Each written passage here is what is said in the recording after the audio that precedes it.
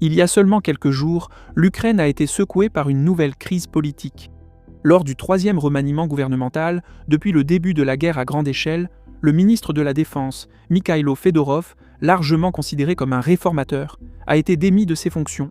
Immédiatement après son renvoi, Fedorov a appelé à la démission du commandant en chef de l'Ukraine, le général Oleksandr Syrskyi. Cette décision a déclenché des manifestations publiques en soutien à l'ancien ministre. Largement critiqué pour sa conduite des opérations militaires et les pertes excessives subies sous son commandement, le général Syrskyi a d'abord conservé son poste pour le perdre quelques jours plus tard. Il y a un an, des manifestations de masse ont déferlé dans les villes ukrainiennes pour défendre l'indépendance des institutions anticorruption du pays, que le président avait tenté de placer sous son contrôle. Zelensky a finalement reculé et les manifestations se sont rapidement calmées. Puis, il y a plusieurs mois, l'Ukraine a été secouée par le plus grand scandale de corruption de sa présidence. Des membres du cercle rapproché de Zelensky ont été impliqués, y compris son ami de longue date, Timur Mindych. L'affaire a porté un coup sérieux à la cote de popularité du président, mais ceux qui prédisaient sa chute se sont trompés. La colère du public s'est estompée presque aussi vite qu'elle était apparue. La seule perte tangible de Zelensky a été le renvoi officiel de son plus proche allié politique, Andriy Yermak. Kiev fait maintenant face à deux autres crises, toutes deux centrées sur les forces armées. La première concerne la destitution de Fedorov. La seconde concerne les révélations sur les abus systémiques et le traitement brutal des soldats du 425e régiment d'Azovskala.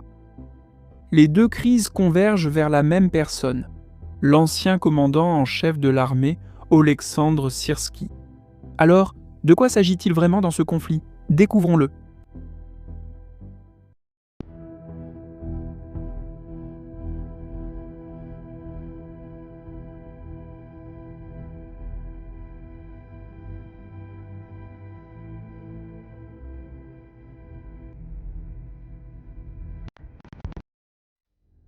Fedorov limogé, Syrskyi écarté, crise de mobilisation, les forces russes sont à 8 km de Kramatorsk et les stocks de missiles patriotes sont épuisés.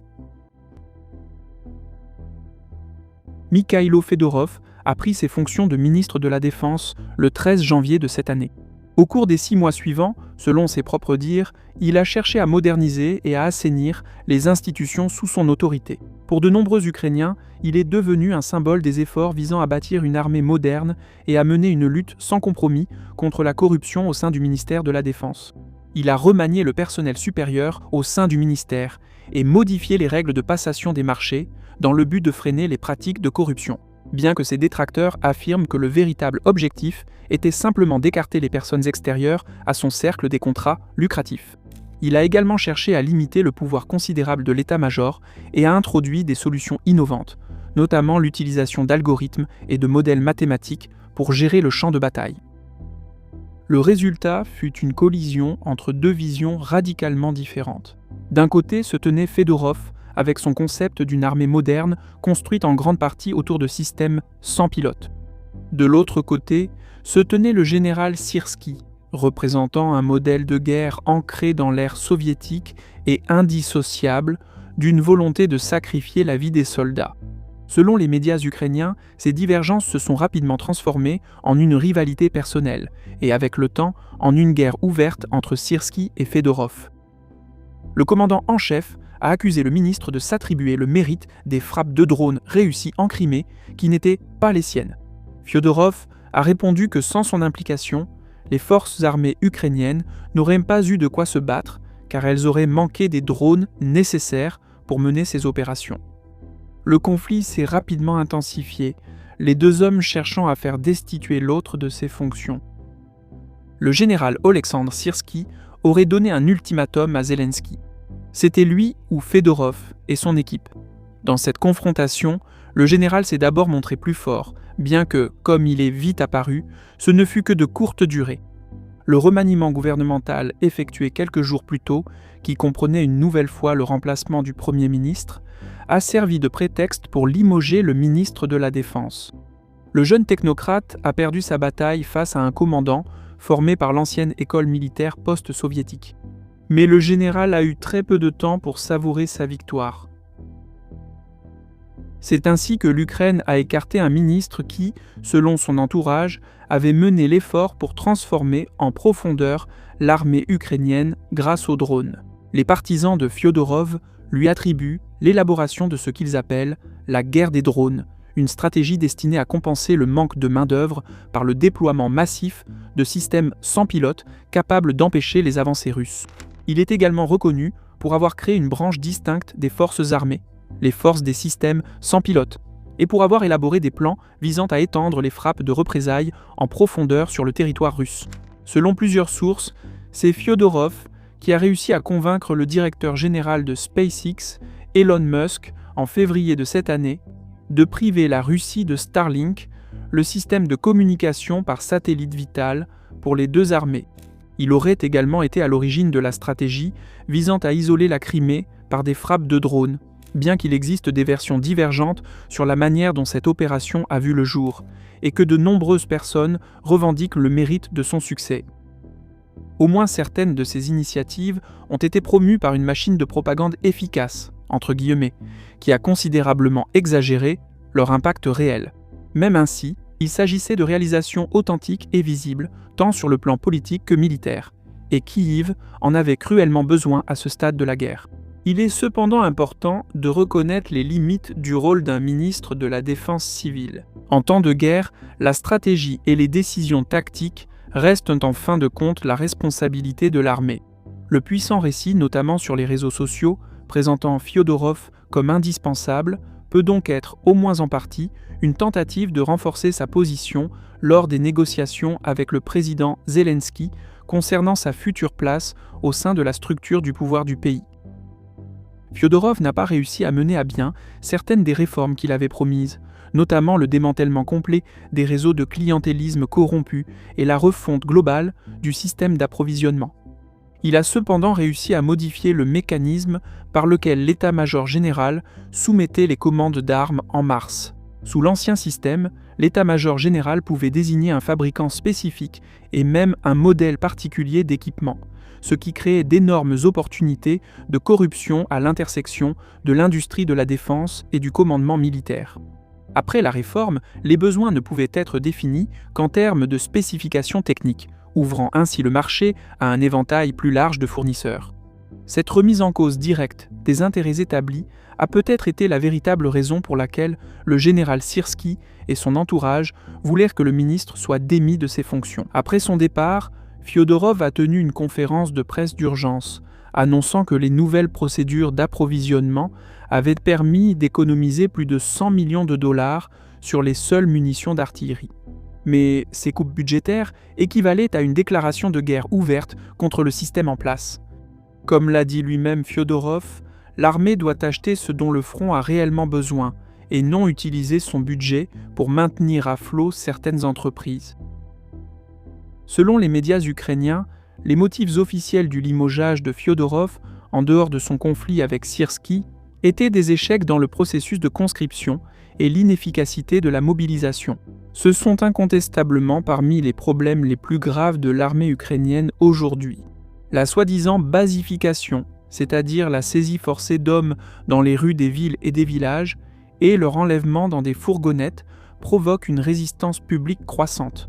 Les récents troubles à Lviv, où une foule en colère a attaqué des agents du service de recrutement du TCC, sont devenus le symbole de cette réaction. Même ainsi, de nombreux députés, journalistes et commentateurs soutiennent que la véritable raison de la destitution de Fedorov était sa tentative de lutter contre la corruption et de protéger le ministère de la Défense et le commandement militaire de l'influence de l'ancienne garde.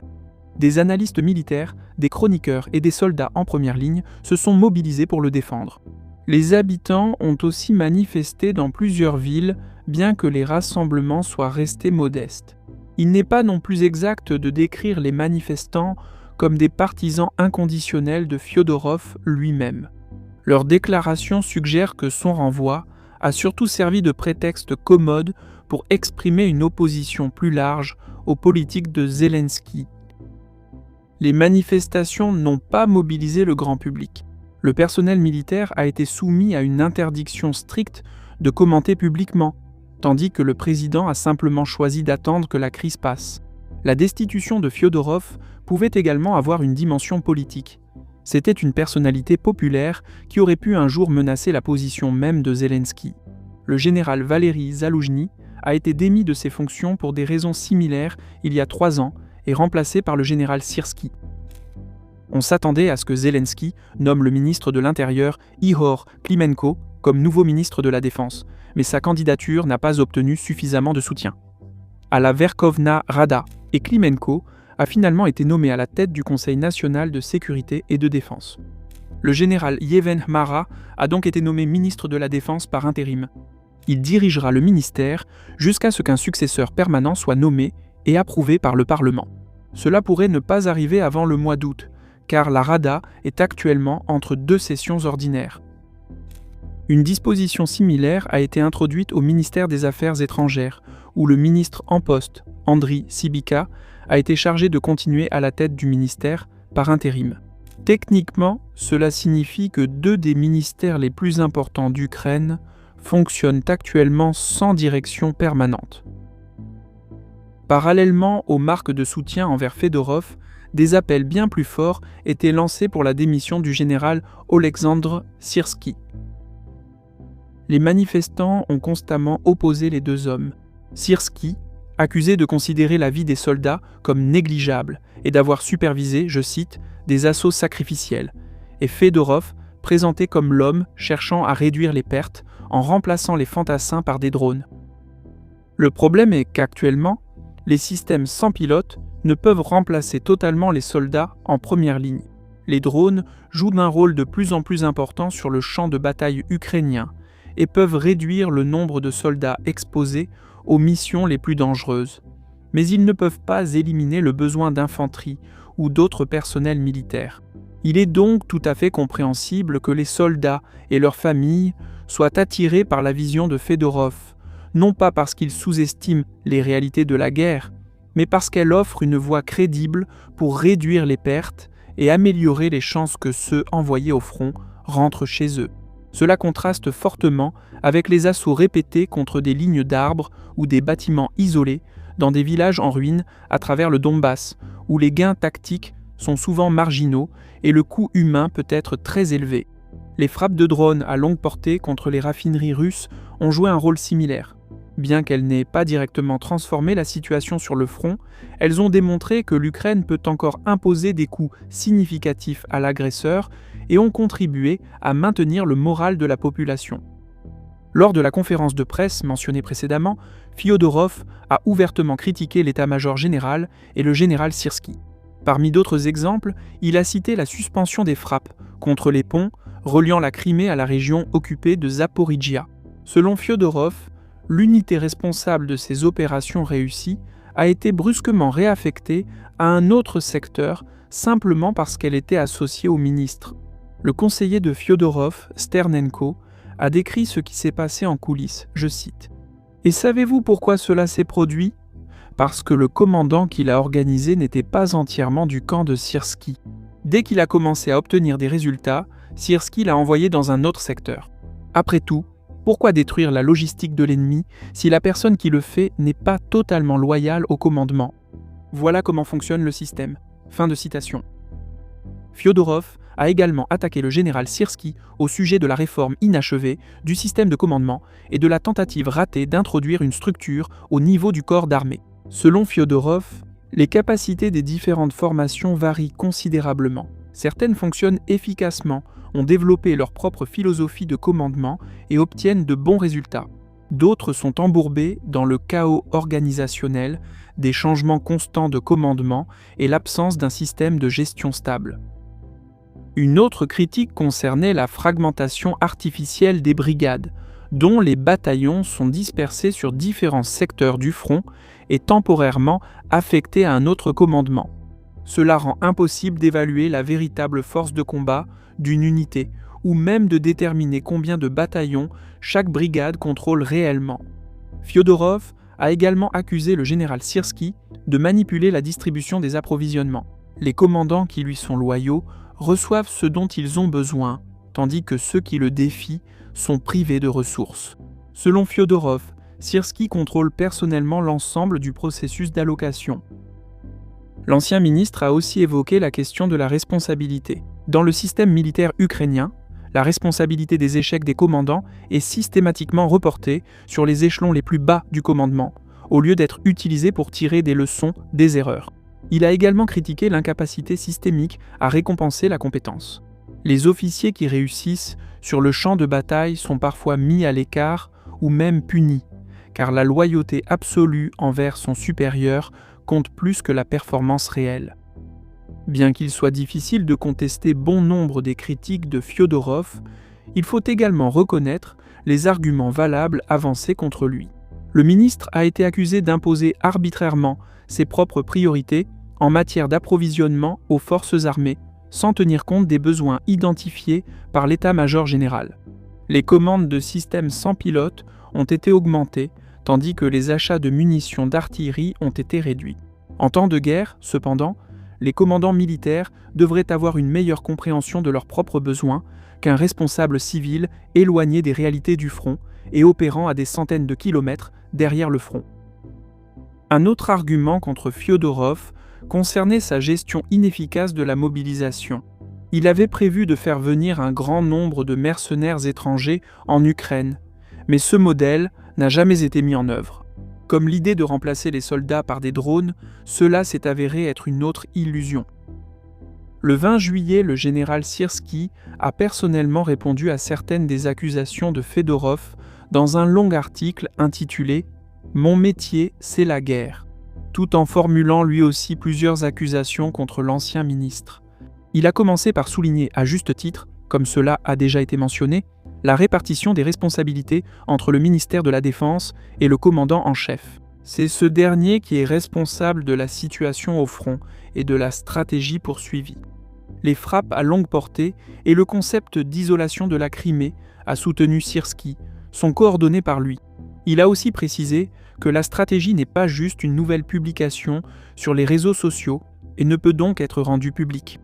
Le général a également remis en question la croyance selon laquelle la transformation massive de l'armée par les drones était la bonne approche.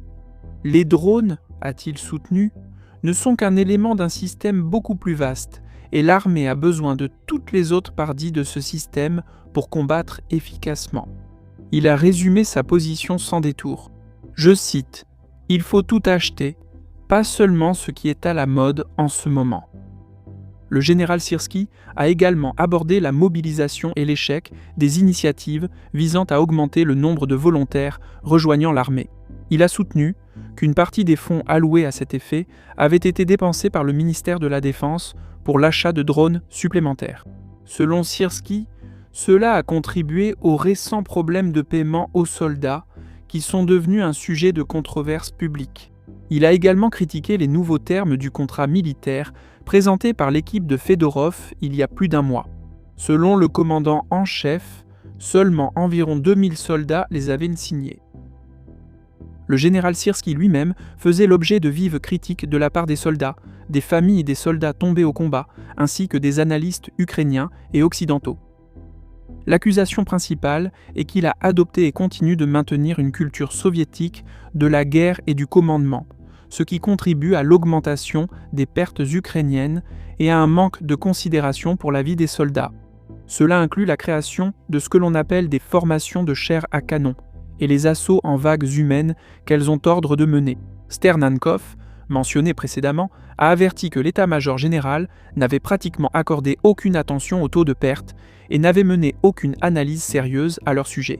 Seul Fedorov a tenté de forcer un changement dans ses procédures. Comme l'a dit l'activiste, je cite, « Dans certaines unités appartenant à la garde personnelle de Syrski, la situation est tellement grave que je ne dirai pas exactement combien de temps il nous reste, mais ce n'est pas beaucoup, à moins que nous arrêtions de traiter les gens de cette façon. » Fin de citation.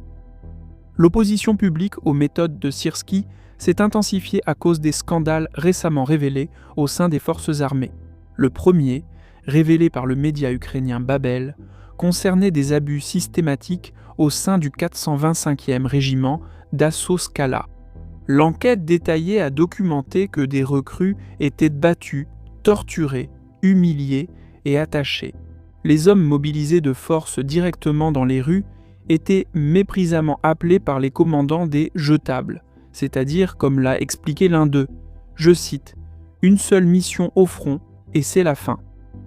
Prenons un passage de l'enquête, je cite, « À ce cas-là, il n'est pas toujours nécessaire d'avoir une raison sérieuse pour une bastonnade », déclare un ancien instructeur ayant de l'expérience au combat. Il connaît des cas où du personnel servant à l'arrière a été maltraité à cause d'un dysfonctionnement de Starlink ou d'erreurs dans les documents administratifs. Des côtes ont été cassées, dit-il, ouvertement devant tout le monde lors des briefings. Le soldat a également été témoin d'hommes mobilisés attaqués par des chiens. Fin de citation. L'enquête a révélé que rien que pendant les 6 mois précédant la publication, au moins 26 recrues sont mortes dans les centres d'entraînement du régiment avant même d'avoir atteint le front. Les causes des décès ont été falsifiées avec des maladies comme la pneumonie inscrite dans les registres officiels. Fait important, le rapport ne portait que sur la phase d'entraînement, laissant de côté la catastrophe sur le front lui-même, où l'unité avait subi d'énormes pertes. Il paraît que les soldats ne reçoivent leurs armes qu'immédiatement avant d'être envoyés à l'assaut, ce qui reflète la crainte du commandement face au phénomène appelé « fragging », c'est-à-dire l'assassinat d'officiers par leurs propres subordonnés. L'ampleur des pertes a également été confirmée dans un rapport de CBC, dans lequel un sous-officier a admis, je cite, « Je suis commandant depuis plusieurs mois. Environ 2000 hommes sont passés par mon unité. Les 3/4 d'entre eux ne sont plus là. » Fin de citation. Les propres rapports de Stern & Co ajoutaient des allégations de soldats blessés délibérément abandonnés, d'exécutions de militaires à qui on a cassé les dents pour de mauvaises performances au tir, d'ordres d'attaquer à travers des champs de mines et de forces ukrainiennes bombardant leurs propres positions. Le régiment Skala, qui a été porté à la taille d'une division grâce à l'initiative personnelle de Syrski, fait partie d'un effort plus large visant à créer des formations d'assaut spécialisées. Ces unités, en particulier Skala, reçoivent une grande part des nouvelles recrues mobilisées et sont régulièrement affectées à des opérations d'assaut à haut risque, subissant des pertes disproportionnellement lourdes au cours du processus. Ensemble, elles forment ce qu'on appelle désormais entre guillemets l'armée de Syrski, un groupe d'unités qui lui rendent compte directement et sont déployées par des ordres ad hoc. Syrski envoie leurs bataillons ou compagnies dans des secteurs distincts du front pour stabiliser la situation tactique par le biais de contre-attaques coûteuses comparables aux assauts sacrificiels russes. Pendant un certain temps, une part importante des pertes de Skala a été dissimulée en transférant officiellement ses soldats au 210e bataillon de défense territoriale qui était subordonné au régiment. Cela a permis à Skala de réduire sur le papier le nombre de ses pertes déclarées. Le deuxième scandale récemment révélé concerne un groupe lié au colonel Stanislav Luchanov, commandant de la 155e brigade mécanisée. Dans la nuit du 27 au 28 juin, ces soldats auraient fait irruption dans la maison de 2 civils du village de Kalenivka, dans la région de Kiev, les auraient enlevés, transportés dans la région voisine de Poltava, puis les auraient tués.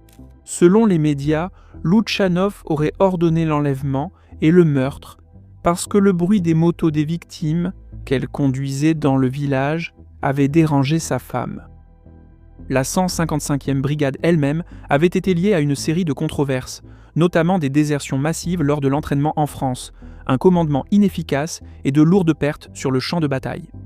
Un détail révélateur est que son commandant actuellement détenu avait auparavant servi comme chef d'état-major à Skala et commandé le 210e bataillon de défense territoriale subordonné.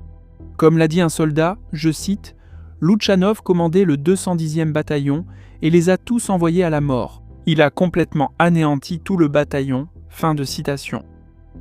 Ces abus ont déclenché une vague de spéculations selon lesquelles le commandant en chef pourrait être démis de ses fonctions. Selon le Financial Times, Zelensky envisageait déjà sérieusement une telle mesure après les premières manifestations qui ont suivi la destitution de Fedorov. Pourtant, la position de Syrski semblait toujours solide. Il avait rempli les états-majors de la plupart des corps et des brigades avec des officiers qui lui étaient loyaux, tout en maintenant des liens personnels étroits avec le président. À l'époque, il semblait que son renvoi ne deviendrait une perspective réaliste que si la colère du public commençait à menacer directement la position de Zelensky. Alors, comme dans le cas précédent avec Andriy Yermak, le président serait prêt à sacrifier un proche allié afin de préserver son propre pouvoir. Ce moment est finalement arrivé dans la soirée du 21 juillet. Cette confrontation politique va encore réduire la confiance du public envers le président, déjà affaibli. Cela fait partie d'une série apparemment sans fin de scandales entourant la Bankova, le siège de l'administration présidentielle ukrainienne. Jusqu'à présent, aucun n'a vraiment ébranlé la mainmise de Zelensky sur le pouvoir. Acculé, il a montré à plusieurs reprises qu'il était prêt à sacrifier des amis et des proches alliés pour se sauver lui-même. Ce week-end, le président Zelensky a publié une courte vidéo dans laquelle il a déclaré, je cite, qu'il entend ce que disent les gens et a promis des changements au sein de l'armée. Peu de temps après, il a eu des entretiens avec les généraux Drapati et Apostol et a rencontré le général Horvatyuk, leur proposant à plusieurs reprises les postes de chef d'état-major général et de commandant en chef.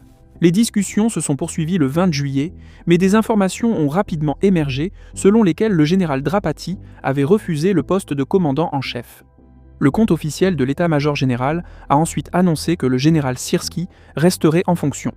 Pourtant, dès le lendemain, il a été annoncé que le général Syrski avait été démis de ses fonctions et remplacé au poste de commandant en chef par le général Drapati, qui dirigeait les forces conjointes de l'Ukraine depuis juin de l'année précédente et avait auparavant servi comme commandant des forces terrestres. Cependant, il faut garder à l'esprit que lors de la 5e année de guerre et dans les conditions actuelles sur le champ de bataille, remplacer le commandant en chef pourrait peu améliorer la position des forces armées ukrainiennes. Cela pourrait au contraire provoquer de graves perturbations et un chaos organisationnel, en particulier si cela entraîne le remplacement de dizaines d'officiers qui occupent actuellement des postes clés et restent étroitement liés au général Syrski. Les énormes pertes humaines cachées au public, ainsi que le style de commandement archaïque de Syrski, étaient devenus un problème sérieux pour les forces armées ukrainiennes. La situation pourrait devenir critique face à une nouvelle vague de mobilisation russe prévue pour l'automne. Une forte augmentation des effectifs russes, alors que la bataille pour le Donbass entre dans une phase décisive, pourrait avoir de graves conséquences. L'Ukraine n'a toujours pas réussi à résoudre sa crise de mobilisation, tandis que ses pertes continuent d'augmenter. Dans ces conditions, la ligne défensive protégeant les bastions clés de l'ouest de l'oblast de Donetsk pourrait commencer à s'effondrer. Ceci est particulièrement dangereux car les forces russes se trouvent désormais à environ 8 km des abords de Kramatorsk, tandis que la longue bataille pour Konstantinivka s'est soldée par une victoire russe et la chute de facto de la ville. La situation est encore aggravée par l'état critique de la défense aérienne de l'Ukraine après l'épuisement des stocks d'intercepteurs patriotes. Lors de plusieurs récentes attaques russes de missiles balistiques, les forces ukrainiennes n'ont réussi à abattre qu'une poignée des dizaines de missiles lancés à chaque vague. C'était le cas, par exemple, lors de la frappe sur Kyiv dans la nuit du 18 au 19 juillet. L'Ukraine fait maintenant face à une nouvelle crise politique centrée sur son président, et cela se déroule à un moment où la situation sur le champ de bataille ne donne pratiquement aucune raison d'optimisme aux autorités de la rue Bankova.